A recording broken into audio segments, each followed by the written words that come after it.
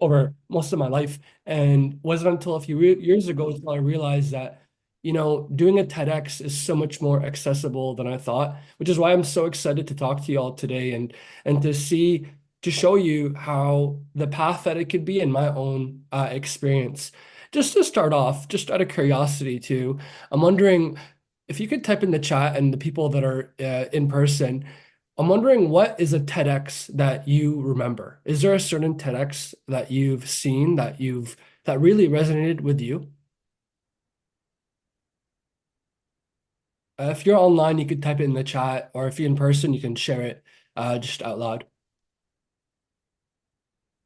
Yeah, I remember a TEDx talk called The Lollipop Moment, where Mm, a girl was entering university and almost decided to quit, but somebody came by and handed her a lollipop, and that encouraged her. And I think she went on to become a brilliant neuroscientist.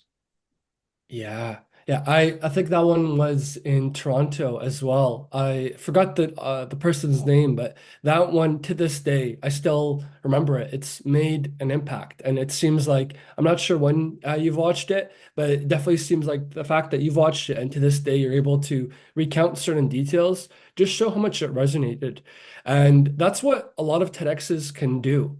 I mean, to this day a TEDx can really remind us and show us sides of ourselves and also just certain points that really expand the way that we look at life. So the TEDx's and a TEDx and a TED Talk can really make an impact. And that's exactly why I hope that one day that y'all do one as well, because even if the video ends up getting like a few thousand views or a few hundred views and doesn't go viral, that's still so many people watching it, and it could create a massive ripple effect on the viewer. You don't know who needs to hear it. A massive quote that has made a huge impact on my life is that your mess is your message. And so every single one of you has experienced something in your life that's very different from others. And maybe it could have been your own mess in your life, but that could be such a strong, powerful message. You don't know who needs to hear that message. So that's why I hope that you do end up doing it. And I'm so glad that you're here wanting to learn more about TEDx's. So we can make a huge impact through a TEDx. We can also see just the level of people that it resonates with, and gives us more social proof when we do share that we've done a TEDx.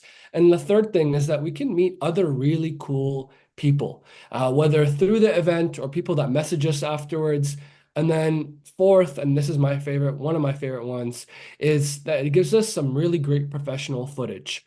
Because almost every single TEDx, they have their own professional cameras that they bring in, and it just is something that you'll have as great credibility for yourselves to share and even clip into your own speaker reel in the future if you want to share a speaker reel. So, for many reasons, a TEDx and a TED Talk can make a massive impact on our lives and the people around us.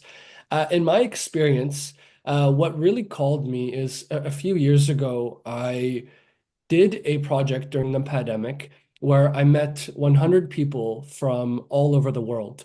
And the reason this happened is because once March 2020 hit, I had nothing else to do, and I had to cancel a lot of my travel plans. I had plans to quit my job and just travel for about 6 months, but I couldn't do that because of the pandemic. And so I thought, why don't I find a different way to travel? And I wanted to also push myself outside of my comfort zone, especially socially, because I'd experienced so much social anxiety talking to people. And one day I ran into a person called Rob Lawless. And this guy, he's on a mission, and he's still doing it to this day, to meet 10,000 people one on one for 1 hour. And once I heard that this guy's doing it, because he's been doing it, by the time I heard about him, he's been doing it for about 4 or so years. And now he's on like year seven, and he still has met about 6,000, 7,000 people. So he still has a few years to go. And so I thought, my travel plans are canceled. And I just heard about this guy, Rob Lawless, who's doing 10,000 people. Why don't I do 100 people?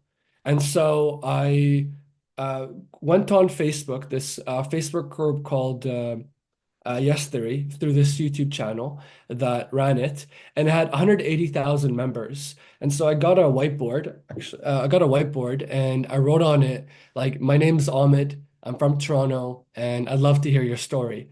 And I took a picture of it, just holding it just like this. And I ended up posting it in the Facebook group. And because, I mean, it was the start of the pandemic, everyone else had nothing else to do all over the world. So I ended up receiving hundreds of comments from people all over the world commenting, saying they want to participate in my project of meeting 100 people one-on-one over a Zoom call. And I ended up receiving comments from like Indonesia, people from Indonesia, Spain, Australia, India. It's like countries with names I hadn't even heard of before.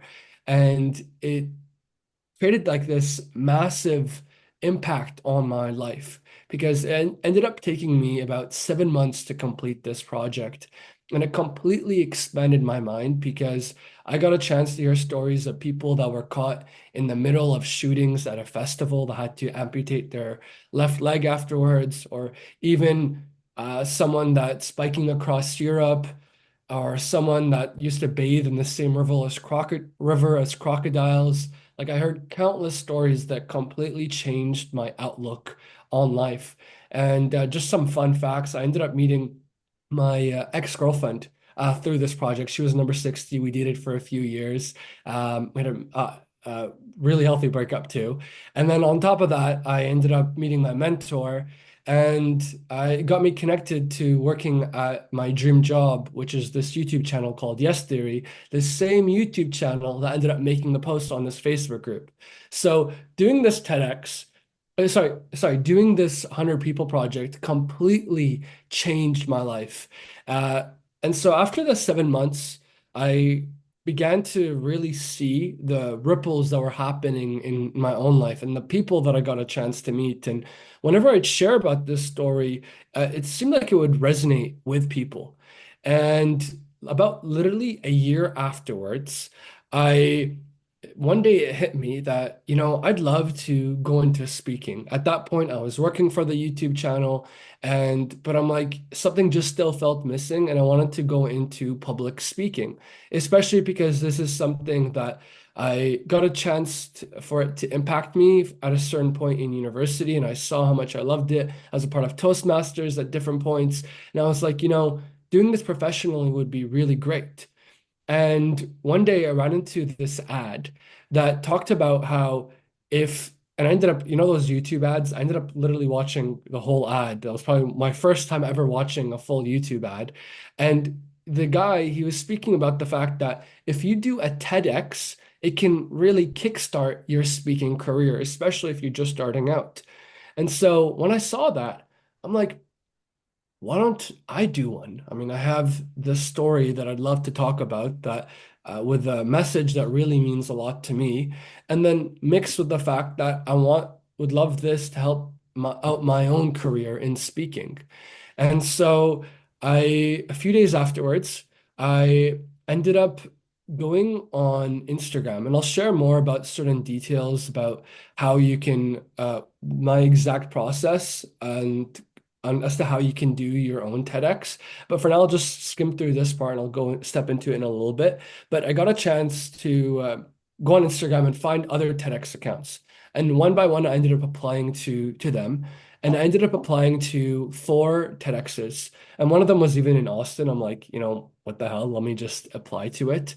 And when I did it, I ended up hearing back from 2 TEDx's for an interview. The one in Austin never got back to me, but those two were TEDx Ryerson and TEDx McMaster.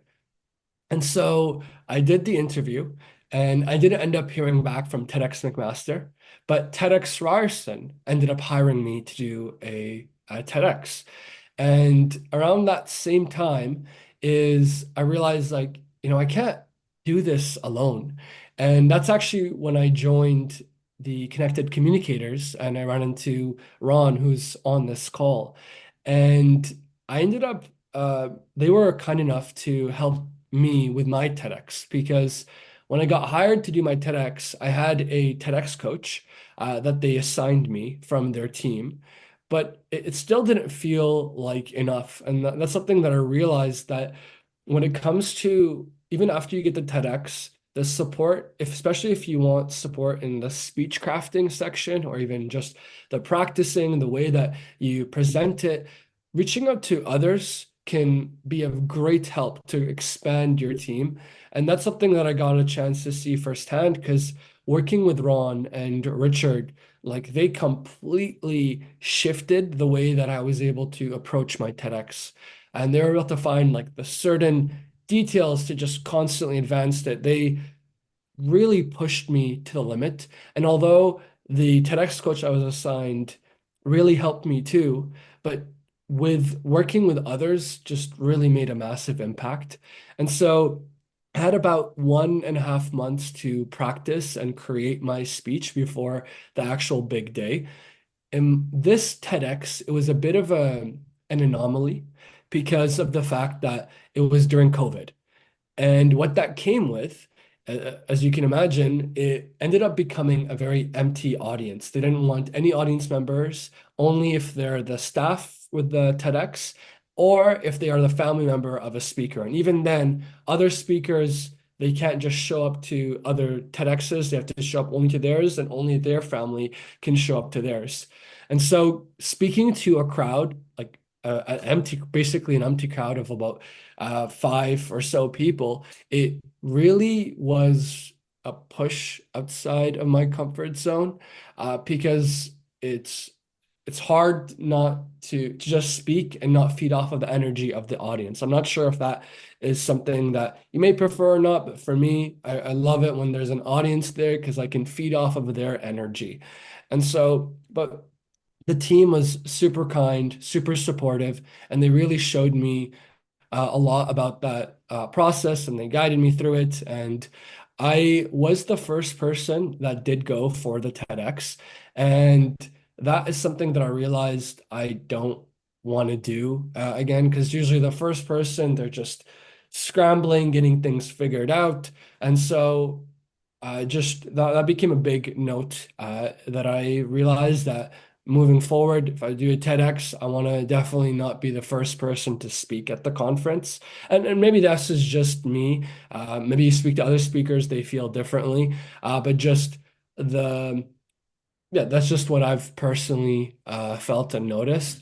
And so that ended up afterwards, after a few months, the video got posted, and my video ended up getting a few thousand views. And that's something that you'll notice with a lot of TEDx's. So most of the TEDx's that you've seen are probably only or seen in on the side of your YouTube are probably only about 1% of them. The other 99% of them usually get a few hundred or a few thousand views. So if you go on TEDx's YouTube channel, you'll see the fact that like most of them get that. And so that's why I want to clarify as well too. I'm going to show you my process of doing a TEDx, but getting a viral TEDx, this is not the workshop for it.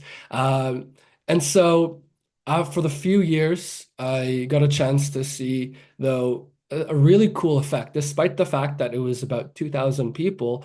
I got a chance to see people coming up to me, reaching out to me, saying that they really appreciated my talk. And just recently, a few months ago, I heard from a teacher that said that they ended up showing my TEDx in one of their classrooms. And that completely blew my mind because I'm like, wow, that's a video footage of me. And they showed that in a classroom. And so we never know where our video is going to take us. And I've heard of stories of people just doing their TEDx um, and like they have opportunities of connections and different things. So for every single person, it could be different. So that was my first TEDx talk. I actually decided to do a second TEDx talk in 2024. I something that I speak about as a keynote speaker at schools is mental fitness. And I realized something that can really help me out is to do a TEDx specifically on this topic. And so I ended up in the fall looking for other TEDx's. And this time I only applied to one and I was able to get it. It was at TEDx Queen's University in Kingston. And this experience was quite different because, as you can imagine, it wasn't during COVID. There was an audience of a few hundred people, but also within the whole team structure, it was, I'd say, professionally a bit different. And that's something that you may realize as well when it comes to speaking to other people that have done TEDx's. Every single one of them, like, they have their own unique style. I think the best way to put it is think about Toastmasters. If you've attended multiple clubs, you'll see that at one club it's a certain feeling, and you go to another club, it's another feeling. And it's the exact same thing I'd say at at different TEDx's. And yeah, it was something that I'd say taught me a lot. And so when I got hired, I got a coach as well again. But this time, I just leading up to the interview, I did it a bit differently.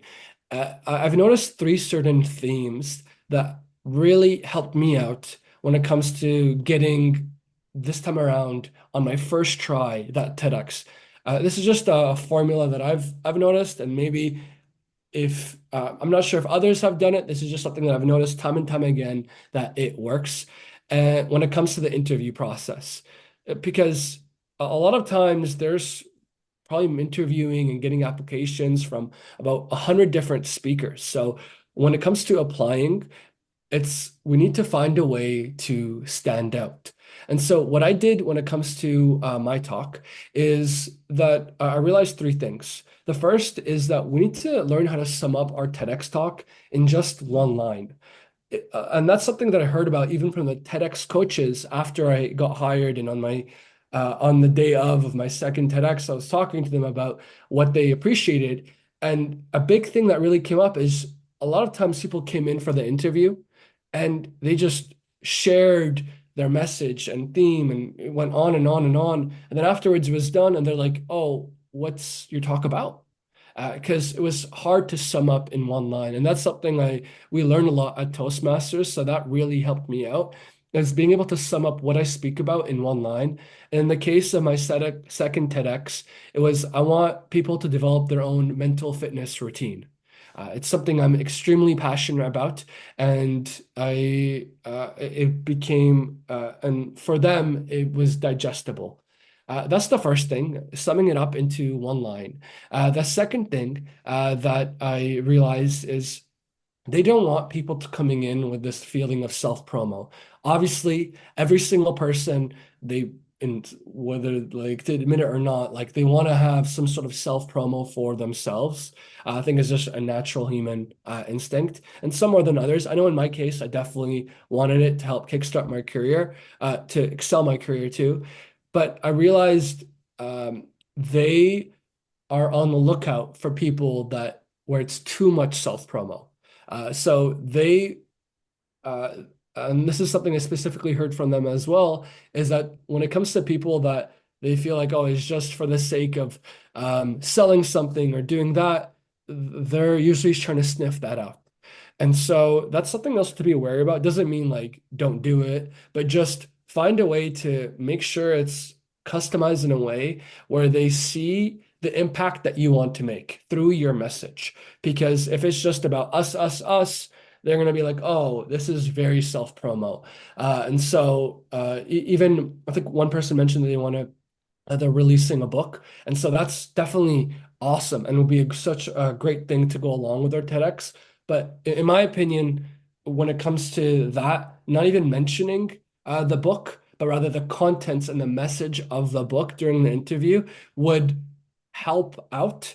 And this is just my own 2 cents as to what I would do if I was releasing a book, it's just to give me a higher chance of getting selected. And the third thing is to go above and beyond. Again, they're receiving hundreds of different applicants. And so finding a way to go above and beyond goes such a long way. In my case, what I did is they had asked for a resume.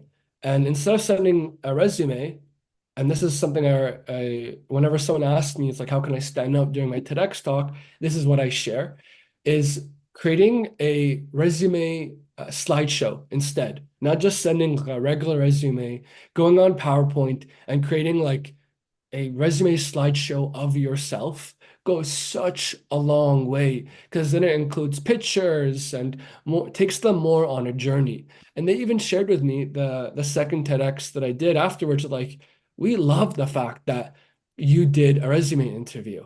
And it's something that's so easy that anybody can do, which is why I really recommend it. And even afterwards, during the day of my TEDx talk and a few months after the interview, they were sharing with me, it's like no one did that. And so it really helped you stand out, Ahmed. So that's definitely something that I recommend doing. A second thing that I did to help myself stand out, and this I'm going to use for the rest of my life in any sort of interview, is at the end of the interview, I asked them, what's one thing that you feel concerned with my talk? And from there, they were able to share with me all the holes that they found in terms of the message that I wanted to share and concerns they had, certain gaps they found. And so I'm like, okay, thank you for sharing. Afterwards, I ended up that same night getting a document and in my case, the biggest concern that they had is they wanted more research in my talk because a lot of it was very story based. And so that same night, I ended up opening a Google Doc and creating a 3-page document full of research that I could implement if I were to get hired in my TEDx talk. And so the next morning, I sent them a thank you email. And along with the thank you email, at the bottom, I'm like, by the way, thank you so much for your feedback. It was extremely helpful. I ended up making this document to show you that if I were to get hired, I would also include this research in my talk, which solves the concern that they had. So those two things go extremely long way when it comes to going above and beyond. The first is a resume presentation, whether they ask for a resume or not, including that in the application can help us get the interview. And when it comes to the interview itself, really asking for that feedback goes such a long way. And so I love to, I spoke about my own experience. I'm going to share my screen right now because I'd love to share with you some tricks that I found when it comes to getting our foot in the door and applying or finding the TEDx's that we want. Because a lot of times people say like, "Oh, I want to do a TEDx," but we just don't know where to start. And so, and there are things that we hear about, but I found I'd love to share with you some potential ways that I have seen over the years. So I'm going to just share my screen right now.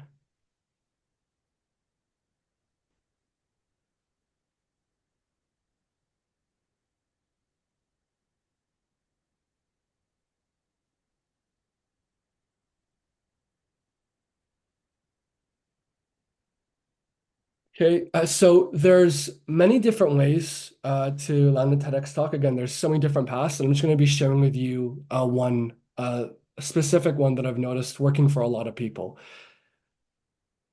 So the first is especially for those that have Instagram or social media, this works out really well.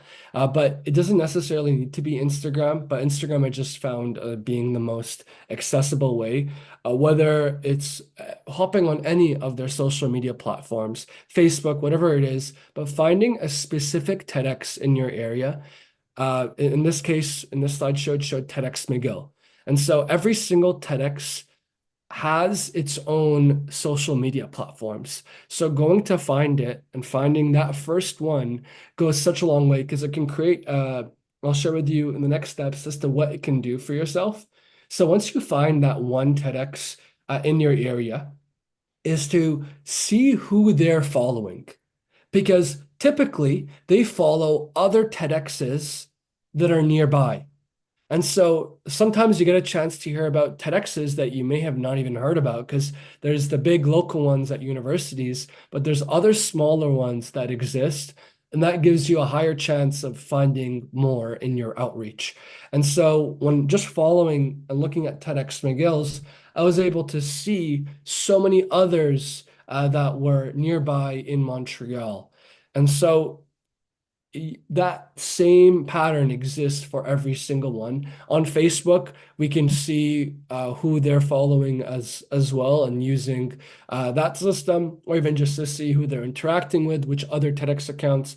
But really doing some digging on their social medias can help us find TEDx's that other people may not even have seen or heard about. And then from there, there's three methods of finding out if they are hiring or when they're hiring, because each TEDx is hiring at a different point in time. Most TEDx's, they're based in universities, and so there's university students that are running it. And so when it comes to that, because of that, they are going on a university student schedule timeline. And so most likely that means they're going to be happening, the interview process will happen in the fall or even later on in the year, depending on the TEDx, but just most TEDx universities I've found happen in the fall. And then later on is in in the winter, early spring is when usually their their conference actually happens. But again, this is just for the university specific ones, but every single one they follow a different timeline. Some start in January, some in November, some in September. That's why finding out when specifically their timeline is goes such a long way. And there's three methods of doing that. One is going directly on their bio. Sometimes they have a link, and you can check their link and to see if they have their application open or when their application is. Sometimes that's not there either. Another option you can do is going on their past posts. And there you could see when they posted about last year's conference, and most likely they've posted around the same time. They're going to have the same conference coming up for this year as well. And this doesn't have to be only on social media, even just going on their specific TEDx website, whether it be TEDx Calgary or whatever it is, just to see when was last year's, because most likely this year's is around the exact same time. And the third is if you can't find it, just message them directly. And so I found just creating a list of those, about four, five, six, having that in your pipeline, it makes a huge impact because, again, sometimes we apply and that one doesn't accept us. Uh, like if I didn't get accepted that second one, I would have definitely applied to more because sometimes it is a luck of the draw too. We can do things to help us stand out, but it can also be a luck of draw because of the fact that they're receiving so many different applications. And then from there is to apply. Again, I mentioned this already, but doing a resume interview, finding ways to go above and beyond goes an extremely long way when it comes to the TEDx application process. Sometimes another thing that you can do as well is create go on Loom or any of the record it however way you want, put it on Google Drive, record a video introducing yourself when you apply. Because they didn't ask for that, but that's just you going above and beyond can help stand out amongst so many of the applicants. And so those are just two ways to stand out, but do what you feel resonates with you. Maybe you have another way that you feel like can help you stand out. Do it using your own type of spice. The next is the interview. Again, you can go above and beyond with that as well. And something that I also did during my interview is I literally printed out the slides that I'd have for myself if I were to do a TEDx. So I came in and I handed that to them as well. So again, doing these small things goes such a long way. And then from there, you may have gotten it, and that's absolutely awesome. And there's just to practice. When I did the slideshow, I was for my first TEDx, and there I was designated two TEDx coaches. I forgot to mention this. For my second one, I was designated one coach, and so just it really depends. That's just a random fact I forgot to throw in. And then from there, it's lights, camera, action, and becomes such a cool experience that to this day, my first TEDx from over 3 years ago, I still remember to this day, and it's made a massive impact on my life. And I'm genuinely so excited to see you do your TEDx because, again, the world needs to hear your message. Every single person has a story or something that a message that really means a lot to them. And there's people that they will be really impacted by your message. So that's something I can't wait about, and I'm excited to just to see the ripples that happen. And then after you get it, obviously, this is a very important one, celebrate yourself. But yeah, in a nutshell, that is my experience doing a TEDx, mixed with some, hopefully, some valuable tips that may have sh really seen that we can go above and beyond and find a different path when it comes to applying for our TEDx. I would love to open it up for anyone that may have any questions. Also, I see in the chat, Ali, thank you for posting Rob's link and then also my talk. I really appreciate that. Nicole, I see your hand up. Hi. First of all, thank you so much for sharing all of that great information with us. I'm sure I'm not the only one that took a whole bunch of notes. I do have two questions I wonder if you could Sure. answer. Do you have any suggestions on how to stand out on the application? So I have found an application, one of those online application forms, and it doesn't seem easy to make yourself stand out. So if you had any tips just for that initial application, and then not sure if you want me to ask my second question afterwards. Can I ask you a question before your second question, Yes. actually? Yeah.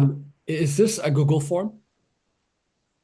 This, I think so. Like I just got it off of last year's Calgary TEDx. So Uh, it that TEDx has expired. It's already done. But I just yeah. to get going, to get started, I just took their questions and I just copied them into a Word document for now, just so I Okay. could start working on answers. That's awesome that you're already doing that ahead. That's definitely something I wish I did and I didn't get a chance to do so. I love the fact that you're very ahead of the curve there. I would say there always is an email. And so, uh, and I didn't do this specifically, but this is what I would do in your case. I would apply, but also find their email, whether on their Mhm. website or even on the application, it's there. They're always, at some point, they may have posted an email. And if I can't find it, I'll probably even message them directly and ask for Mhm. their email, saying like, I'd love to send something along with my application. And in the email, that's where I would include anything that you want to do above and beyond, whether it's a resume presentation or creating a custom video, introducing yourself, that's 30 seconds, just doing the extra, and that also gives you an advantage if they don't even share their email, because that means there's even less people sending them an email, because there's Right. probably a higher chance, probably a lower chance that someone messaged them to ask for it. So that's actually gives you an extra advantage if they didn't share it anywhere. I mean, I don't think most people would be sending an email even if it was present in the first place Okay. too. That's awesome. Thank you. And then my second question was you mentioned having slides and potentially sending slides ahead of time. Do you think you're more likely to get chosen if you have slides? The speech that I'm working on doesn't, and I'm not sure. I'd have to get really creative on how to incorporate slides into the topic. Yeah, it's not needed. This is just something that so I made the slides that I made that I brought during my interview, I didn't end up using. It was Okay. just for them to see and hold something in their hand. Because from my experience, someone holds something in their hand is just it increases our chances because they feel more invested in it. And so Okay. and so you don't need to do that. I think there's so many other ways that we can go above and beyond. But so just out of curiosity, you don't want to do any slides in your presentation? I hadn't actually thought of it yet, so I'd have to put a lot of thought into it and just there's I have a couple of ideas already. I'm just not quite sure. Yeah, it would take a lot of creativity, which is Yeah, okay. fair. When is your application due? You said this is just from last year's that you took it, so you're not too Yes, I sure. have only just started looking into the TEDx events. Uh, There's one that's coming up in the fall, but we think they may have hired all their speakers already. Not mm, super sure. They didn't have an application form on their website. So I need to just keep watching. So I'm not sure if this is going to be applications for next spring or if there might be something I could do in the fall. Yeah. What I recommend is because some of them they're not as public about it, but just directly messaging them like when is it open? Uh, Right. there's some that I found out about that, and I got a chance to send to friends that I didn't even know that they were hiring Okay. just by messaging them. So that that's just something like that I feel like goes like makes an impact too. Awesome. Thank you so much. Awesome. Thanks, Nicole, for your questions. Ahmad, Does yeah, I got yeah. a question about your mental health or mental fitness TEDx you did Mhm. last year. You did it? Where was it? Last month? Yeah. Last month. Okay. Tell Yeah. us more about that. Um, yeah, Yeah. tell us more about that, your mission there. Yeah, I that was a really cool experience because that one I actually had an audience there as well, and I would say theirs was ran extremely professional. Probably I've had some friends that do TEDx's as well attend theirs, and they're like, wow, they went completely above and beyond in terms of their professionalism and setup, and that's in Queen's University. And I think they're known to be one of the biggest TEDx's in Canada as well. So that also helps out. So I think that's also something to look at, I realize, is to see their past video footage. How did it look? Is it there some TEDx's they may have gone on for a few years and they stopped, they took a break, and now they're relaunching as well. And so that also can play a factor in terms of the setup. But in my experience, it was just absolutely awesome. The team was super kind. We had a rehearsal in the morning as well, and that was super helpful as well because getting a chance to do a rehearsal and practicing speaking on the stage, even though with an empty audience, but with all the lights and the slides that really helped me out. And talking to other speakers, it helped them out too. That's also another really cool thing that I forgot to mention is that doing a TEDx, you get a chance to meet the other speakers. And all of them, they've come from completely different paths in life. And some of them to this day, I speak with. And so they're just people on a journey like us. And it just becomes like a memorable experience that we create together. Excellent. Thank you. A Yeah. great speech. A couple of questions. So first of all, is there a standard length and format for these? What do the coaches go through with you when you're engaged with a coach? And what's your YouTube channel? Yeah. So my YouTube channel is I don't have one, but I worked for one. Oh, So I worked for one that's called Yes Theory. Believe no, we didn't post it yet. But it's this group it's this channel. I definitely recommend checking out. They have some really awesome videos. I don't work for them anymore. I worked for them for 3 years, and recently I left just to speak full time at schools. The other question I think you asked was, sorry, remind me again, the first two. the standard length and format for style of speaking and what did the coaches go through with you? Yeah, so the length, it's usually under 18 minutes for a TEDx talk. For TED Talks, they're a bit different, but Marvin, I believe, spoke to you guys have got mentioned that you have had other speakers speak about that difference before. But in terms of the TEDx's, they're usually under 18 minutes. I've seen some online. I didn't ask about this, but they even had their TEDx for 2 minutes, like a 2 minute long TEDx. And that's on YouTube. I've found them. But those are very rare cases. I know that's definitely not enough time for me. My first one was 12 minutes. My second one, this recent one, was 15 minutes. So the time, it just looks different. When it comes to what the TEDx coaches go through with us, so they go into the script itself to see if it makes sense and to see if it fits within their guidelines. So they have certain guidelines that they want when it comes to, are we just advertising for ourselves or um, just is it making sense? And so it's a lot of general stuff, but they're super kind and helpful. One of the interview questions you may get during that when you apply is, at least they asked me this, is like, do you feel like you're coachable? because that's something that they care a lot about is like, are they going to be open to revising and receiving feedback? And sometimes it may go in a different direction, and that's where we have to really communicate with them. But they were very kind and helpful. But yeah, just making sure to get that balance for yourself that it still matches the authenticity that you want while being coached is also very important as well. Thanks, good talk. I've Yeah, done good question. I guess, I guess, is there a cost to this? No. No, no, it's completely free. And that's the really awesome part because it's free. We're getting so much practice when it comes to speaking, and it's pushing it's developing our script. Like even though I've spoken for a few years, doing this talk on mental fitness for a TEDx, because I had to be very condensed, I've was completely elevated my talk that I speak at when I'm at schools. And so that goes a very long way. And also the video footage. I've been able to put it on my website, have pictures of it. So yeah, despite the fact that it's free, it's extremely valuable for ourselves.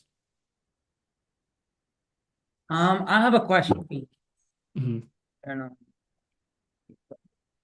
Okay.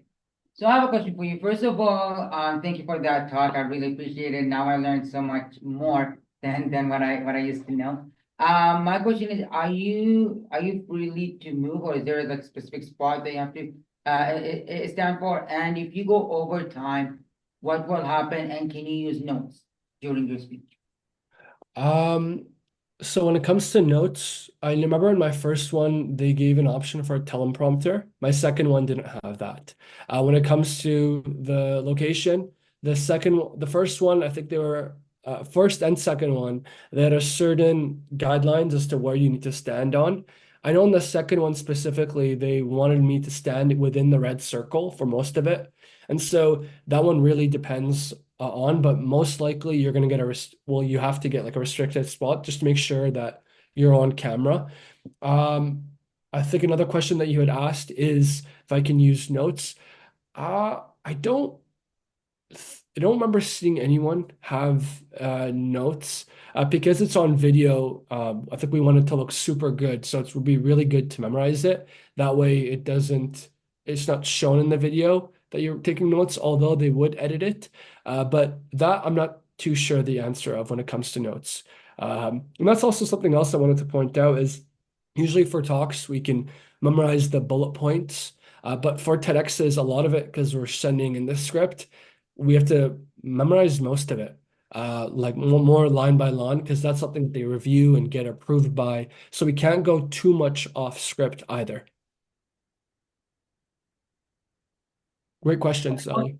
Also, one question. When you said that you did your research. So let's say when I do my TED talk, and let's say I say, like, oh, 50% of people, said this, for example. Do I have to back it up with what resource do I take it from, or can I just say whatever, like, you know what I mean? Um, yeah, I would say backing it up goes a long way. I believe we should be almost like a book. It's like we mentioned, like a research, like a statistic. It's mentioning the source of it. I'd say it's quite important. I didn't mention any specific stats, but anything that I did say, I always backed it up. I'm not too sure if like any sort of research I did say I backed up. I'm not too sure if specifically we need to. I imagine so, though. I'm just speaking off of, yeah, that probably would be. So like well, when I meant my question, like if I bring a stat, would they go and look that stat up if it's real or not, or do they just do they actually revise the whole script and they say, okay, this should be taken off, this should be kept, this should be like, that's what I meant. Yeah, In so the process and that. Yeah, so they'll look through it and they'll give feedback. I know some sections I revised because a big feedback that they had is they wanted me to simplify certain sections within my speech. And so they will look through it. They're not going to force you to do anything, but they'll really guide you a lot throughout that process.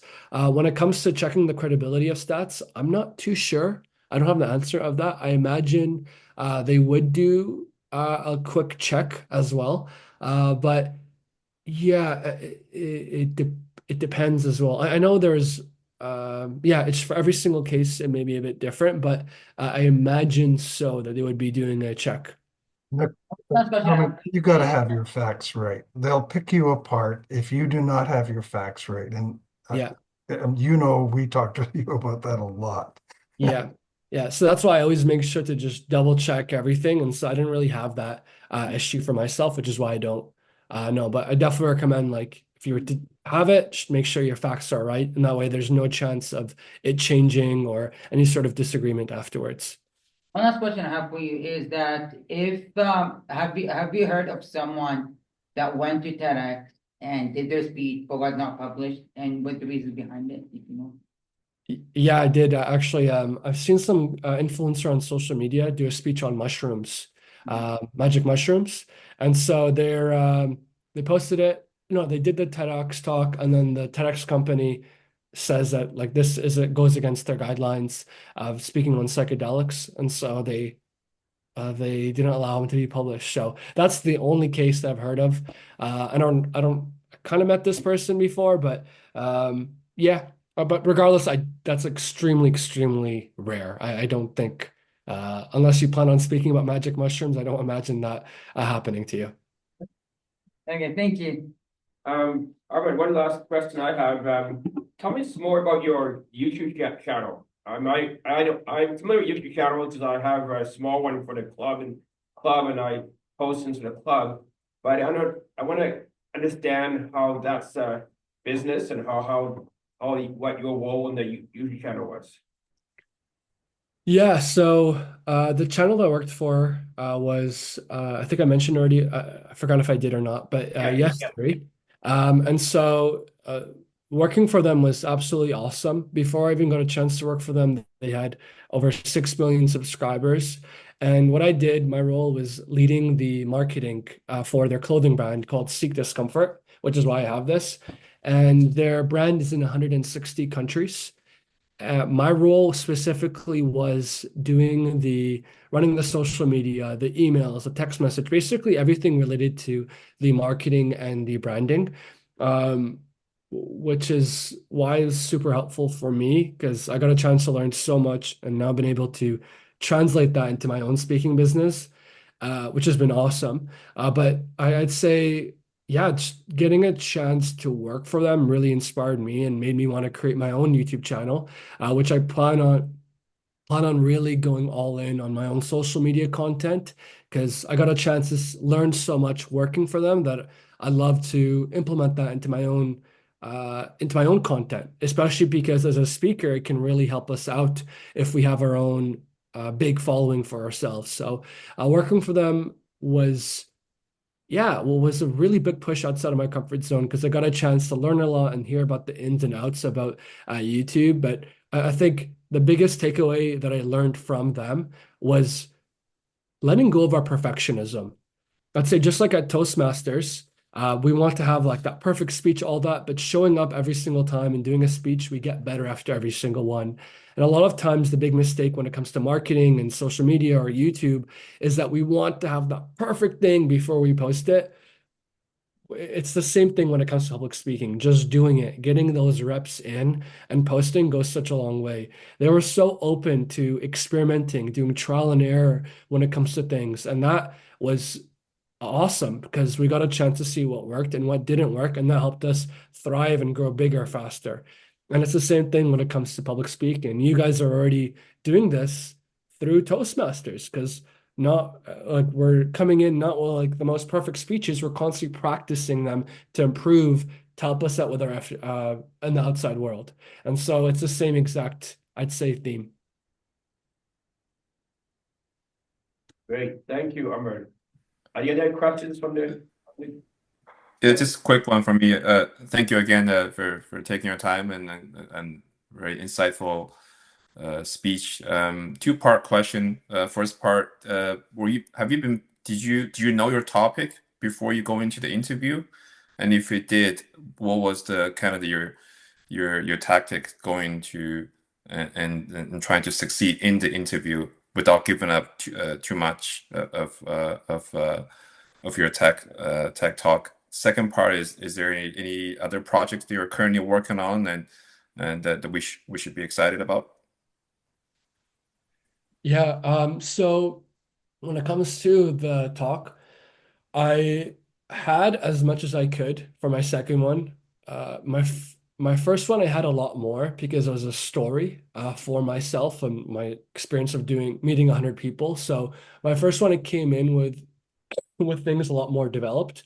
But for this second one, I had my main message and I had slides for it, and that's about it. And they appreciated that as well because it was a structure about my how I want to present things. And so having as much as we can in the interview shows that we're prepared. So I would even argue that it's better to share more. Like obviously have a clear message, but to share that we're knowledgeable on our topic and that we have things to back ourselves up or stories to back it up or whatever it is, rather than like holding on to the information that we have, but just to try to, but we should explain as much as we can in the interview itself. Uh, that's what's coming to my mind for the first question.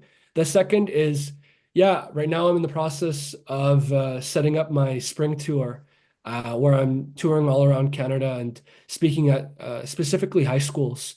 And it's been on the same topic of mental fitness and helping them build their own mental fitness routine.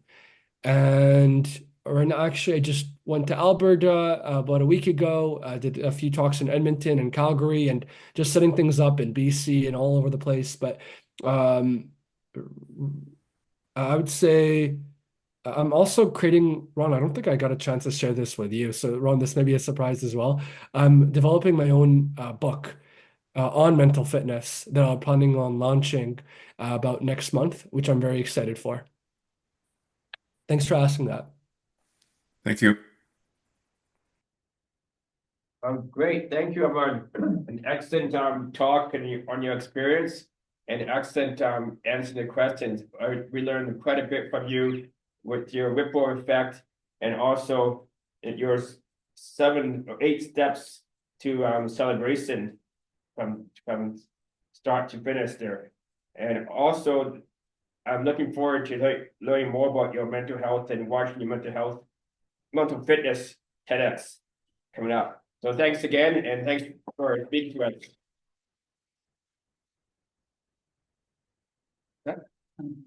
Oh, yes, okay.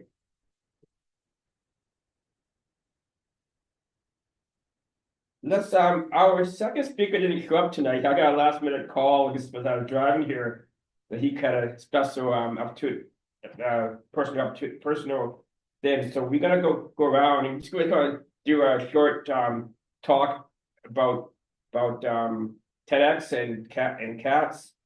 And so no, it's great to have Ahmad here today and sharing his experience. And I was quite impressed with how he presented himself and how he talked about his experience with Facebook and going to his YouTube channel. Let's go around the room. Oh, Dusty came to us. Let's start with Dusty. He's back. He's been here a few times. Dusty, did you hear most of Ahmad speaks? When did you come in?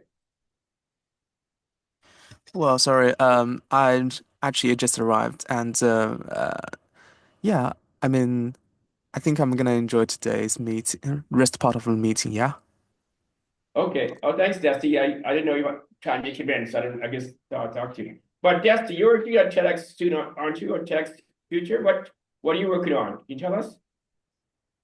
I'm actually still focusing on Toastmasters leadership, so as well as the speech skills itself. I don't really think TEDx is gonna be part of my plan within 1 year, but I'll learn from that. Thank you.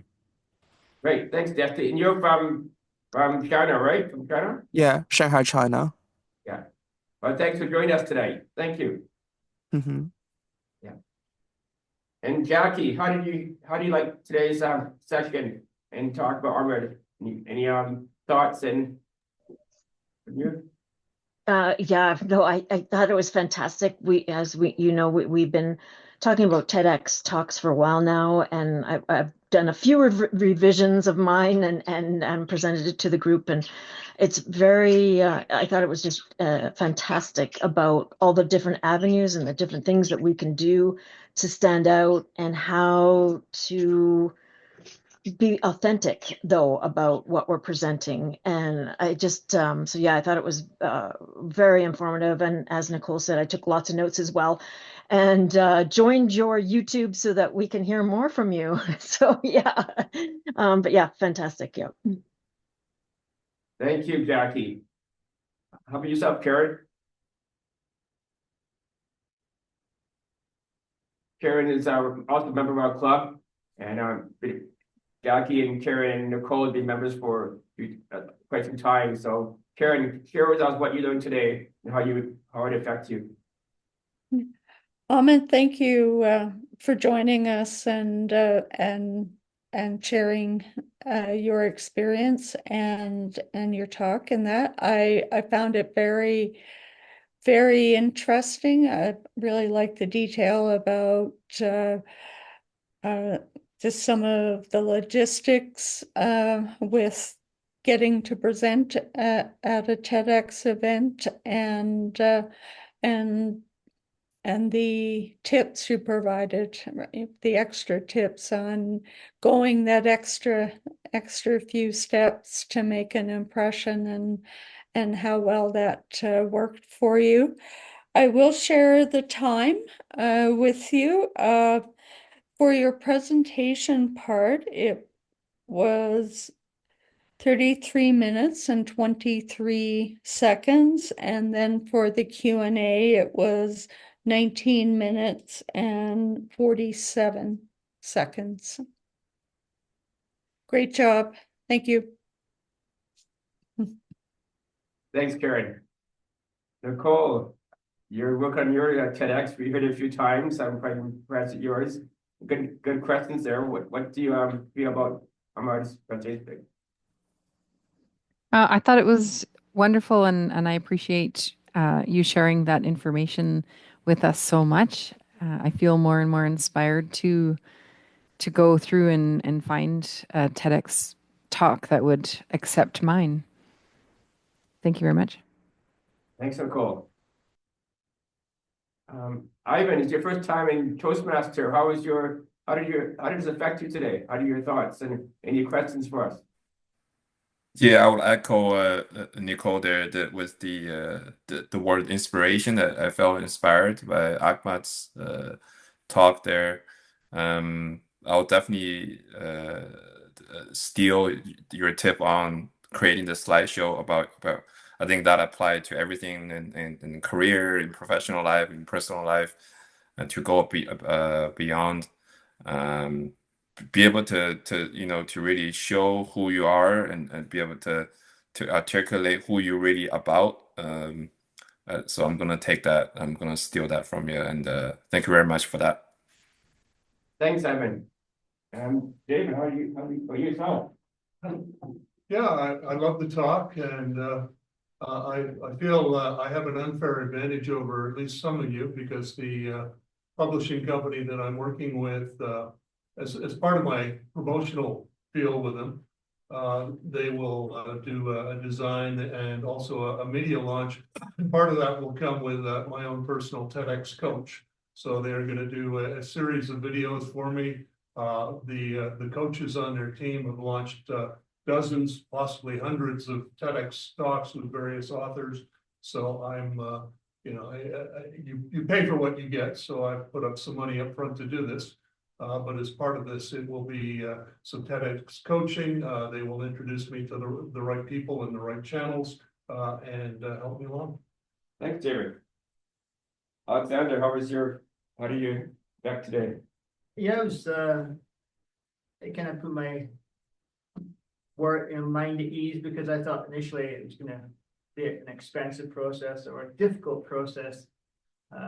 One of the questions I forgot to ask you, Ahmed, is I've done a lot of Toastmasters, and Toastmasters can be too Toastmastery, if you understand, where there's too much emphasis on hand action and how you move around what's the difference between a good Toastmaster speech and a good TEDx speech? Because I think Toastmasters, we can focus too much on I guess a TEDx is all of it, the reality in your message. It's not necessarily about vocal variety and a good opening, a good begin, a good ending, and so on. So just curious to know what your thoughts on it. Can I get my TEDx coach to answer that question, Ron? I feel like you'd be better suited at this. I stepped away to get a book, so I didn't hear that question because I want to talk about a book here. But what was that question again? He asked like the difference between like a Toastmaster speech and a TEDx Oh, speech and like the emphasis on how to structure a great TEDx speech. uh, the TEDx talk has got to be really authentic. You can't fake it. And so much, and I mean, I've been a Toastmaster for decades, and there's far too much emphasis on body language and things like that. It has to come from the heart. And I didn't know this question was going to lead there, but I'm sure everybody who's serious about doing a TEDx talk has read this book by Chris Anderson, who's the head of TED. And of course, yeah, he specifically has about 4 or 5 pages there where you don't do the gestures that you get in the international speech contest. So there has to be way more content in this forum than in an international speech contest, which is more entertainment than content. Would you agree with that, Ahmed?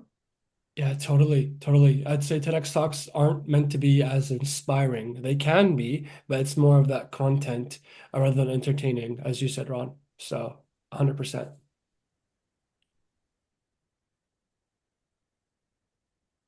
Juan, you got more information with that book, or you got more insight for us, or were you? Well, I mean, if you're going to, okay, I'm going to mention 2 things here. Like if you're going to do a TEDx talk and you're going to graduate to do a TED talk, you have to be committed. So that means automatically you would read this book, you would know about it, and you would, I mean, because it's written by the guy who's run TED for the last 20 or so years. So, I mean, if you haven't done that, get it and look at it. The second thing is commitment. Ahmed is committed to the process, and he didn't really mention this in his discussion tonight. Ahmed's not here to do TEDx talks. Ahmed's here to be a professional speaker. The TEDx talks that he's done, the 2 TEDx are little stops on his journey. And his journey is to be a professional speaker, which he's doing full time now. And what you don't know about the commitment, last June, he quit his dream job working for Seek Discomfort so that he could focus full time on speaking. He took a bit of a hiatus, traveled to Bali, got his head clear, and came back ready to go and really focus on professional speaking. And during this phase of professional speaking, getting going on that last fall, he said, I think I'm going to do another TEDx talk. And so he did. Applied. Much easier for him to do it the second time, but he's really committed. He's committed to being a professional speaker, and he's following that path right now. So I can't overemphasize the commitment. You can't dabble in something like this. That's the difference between TEDx or TED and Toastmasters. Toastmasters, you can dabble for years, but if you're serious, you want to really commit. Ali, what's your thought? I have a question. Let me get this moved first. I can get that and get this. Okay. So I have a question for you, Ahmed. And I forgot to ask it, is that how did you get into the professional speaking, and how did the schools contact, like how did the schools know that, oh, you wanted to become a professional speaker, and how did you do your tours and all that? And what was that experience about with the schools and students, and what age group did you do, like high schools, or is it junior high, and what that? what that about? If you can talk about that, please, because I want to become a professional speaker, and I don't know which steps to take. I know the first one of the people, and that's you, and that's what Rob said. It's one of the steps is to go through a TED Talk, which that's one of the paths that I want to take. But also, like, how what's the next step after that? Like, what's after TED Talk? How do you get into schools, and what's your experience in age group and all that? If you can please talk about that. Thank you.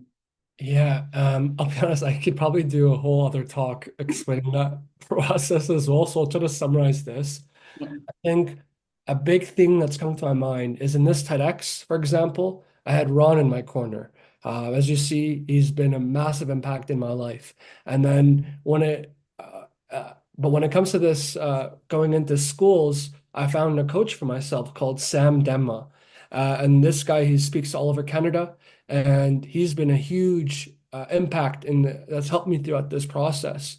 And I would say a lot of it's cold outreach and mentioning, for example, my TEDx, which gives me credibility, having my website ready.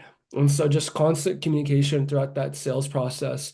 And actually, my coach, Sam Demma, he's actually doing a free webinar this Thursday. And if you want, I can send that over to you if you're interested. And Thank you. he just explains some of the basically everything I learned about getting into the school world, he's taught me, like literally everything. And so finding people that can teach us goes a long way. And so if you are interested, you can, I'm more than happy to send you That'd the be free great. webinars. Pardon? I said that would be great. Yeah, for sure. If you can message me and I'll send it to you. Yeah, I'm gonna do it now. Sweet. Thank you. No, thank you. Oh, great. Thanks for all those comments and impacts and questions from all our guests and members here tonight. What an experience. I just love to hear more. I'm always interested in TEDx this past year, and I'm always be interested in learning from other people. Now, being Toastmasters myself for 20 years too, and just learning from other people and learning from different sources and listening to their stories always inspires me. So that's night I was quite inspired listening to Ahmad and hearing from all of you as well. Just to wind down tonight, our next speaker for next month is Harriet Tinker. Harriet Tinker's been here a few times in our club, and she spoke in September, and she also is the world champion speaker. She won in Edmonton for a district, went to semifinals and last year, and the semifinals last year. So we like to have Harry take it back. She just finished doing a half marathon last month. And that was exciting for her. So I'm looking forward to hear her speak more about her TEDx experience and continue expand on what we learned in September. And that's coming up on March 24th. And on April 28th, Kelly Kerr is coming to our club, speaking on her TEDx experience. She did TEDx just 2 weeks ago, I think, 2 or 3 weeks ago. She did TEDx, and she's also well known in Toastmasters. Went to World Championships in Vancouver when you for our district, and I've heard Kelly many times, and always inspired by her stories. So I'm looking forward for her to coming back in April. So you also may be here before that doing evaluations as well. So our members would do TEDx speeches on March 10th and April 14th. We may have Harriet and Irma and also Kelly and also Kim come back and join us to evaluate our speakers. So I'm looking forward to that as well. And I'm always promoting this club. I mean, this last week we're doing karaoke, and I was talking to quite a few people on Saturday about our club, and they were all interested in coming out. I'm surprised they didn't come out tonight because they were interested for sure. And just promoting this club around Calgary when I'm out and about, and having the club do that too, it's been amazing, and this TEDx journey throughout this year has been a lot of fun. So I'm looking forward to all these speakers and our members expanding their TEDx experience as well. Question for you, Marvin. Sure. Regarding with the, I know that we're not having contact in, like I discussed, it, we're just people are going to the area. Yes. So when is the area contest? Do you know anything about that? Yes, the area contest is March 28th, is it going to be? It's March 27 March and in 27. person at the Brentwood Co-op Community Room. Yes, March 27th, that's right. So Nelson May has reached out to me. He's our area director, and I'm going to be chief judge at the area contest March 27th in Brentwood. Brentwood is not too far from our location here in Calgary. We have 4 clubs in our area, so we're sending 2 members from our club, Jay and Canuck are doing tail topics, and Nicole and Canuck, and not Nicole, sorry, Jackie and Canuck are doing international speech contests. So, and next month on March 10th is opportunity for Canuck and Jackie to practice their speeches for the contests, for the area contests. So I'm looking forward to that, and we'll get some people here to give them feedback as well. And on March 10th, Jackie and Canuck will do the practice speeches and get ready for their area contest on the 27th. Okay. 6:30 until 8:30. 6:30 to 8:30 at Brentwood Co-op, went to Co-op.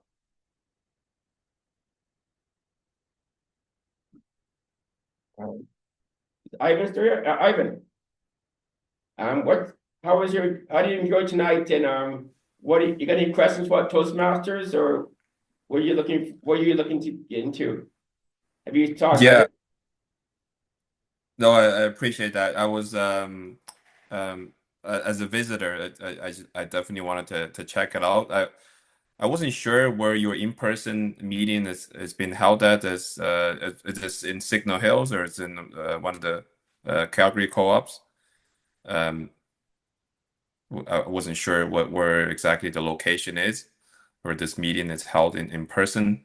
But yeah, no, it just be great to be part of this and to see you guys. I think I'm definitely going to try to make it in person on the next one. Looking forward to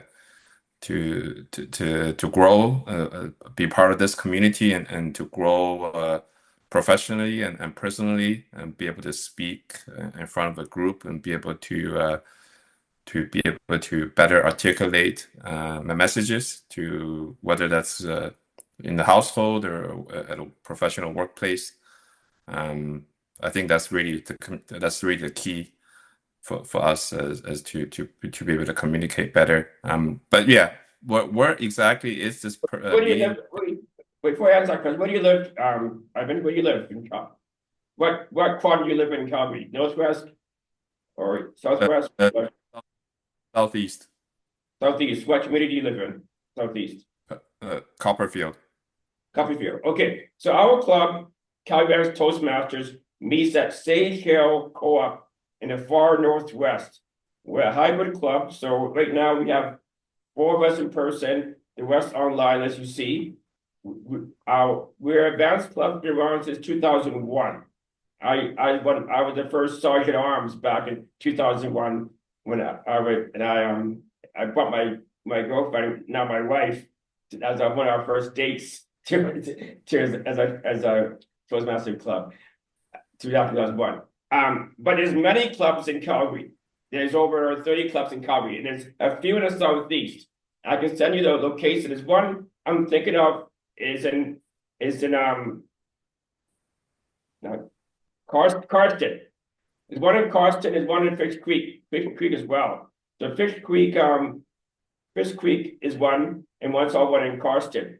They're probably close to you. And also, what I'm suggesting this is those clubs meet once a week, and as a weekly club, you get the best benefits of Toastmasters for a new member. And our club is advanced clubs. All our members belong to 2 clubs. I belong to a club also in Parkdale, and out with Ali here, right?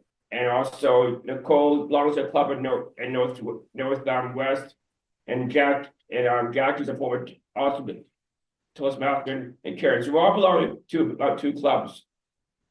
And the best benefit is to go to a club almost weekly, like a weekly club. You don't have to extend every week, but you can extend as much as you can, and that way you get the benefits to do the roles. There's a lot of roles in Toastmasters, a lot of speaking opportunities, and it's pathways, our education program. So I will send you that information as well, and I'll check out some clubs in the southeast or southwest. Carston and Fish Creek are 2 coming to mind, but it's actually other ones besides those ones as well. You're welcome to come back here online or come to Sage Hill, and because we're extending this TEDx experience all through the rest of the year, hopefully through the summer as well. So, and we always have exciting things at CAS. I mean, I've been here, like I said, 20 years, and we have exciting things every month. New guest speakers and new speakers every month at a TEDx or other events in the new year. So you're always welcome to come back. I'll send you all the information about our club and other clubs in Calgary. Yeah, I appreciate that. Yeah, no, I'll be looking forward to meet you guys in person as well. Yes, great. And Warren's club, Warren McTavish here, he has a very awesome club online, totally online on Zoom. So reach out to him as well, and he will sure love to work with you as well. Oh, Rob, you're muted. Warren. You're in good hands in this club, Ivan. Go here. It's your first love. Shit. Are there any other questions or information, comments before we log off today? David, any comments or Alexander? You're an advanced club, you have to have a certain. Not right now. So in the past, we had level 2 in pathways. Before that, as you know, we had our 6 speakers requirement. Yeah. Right now, for this past year, our main requirement is past and current Toastmasters, because I want to focus on past and current Toastmasters who have Toastmaster experience. Okay. And that's the reason why for that, as an advanced club, our club can't focus on all the roles that a regular club does. So you need to either belong to another club or have that experience in a club. You get the benefit of Toastmasters. And our club is more for more opportunities to speak, more opportunities to learn, more opportunities to grow from experienced speakers and from experienced evaluators and experienced our guest speakers as well. So that's our mission is give the opportunity to grow and learn from our members and our guest speakers.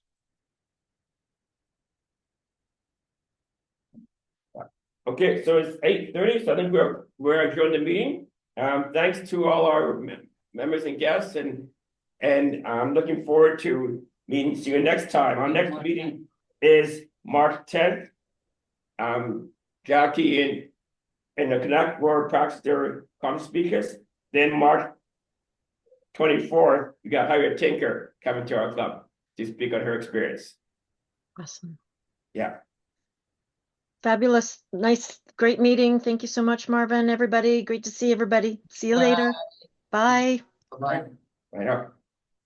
Have a good night. Bye, everyone. Bye. Have a Bye-bye. good week. You two guys have a good week. We'll see you March 10th.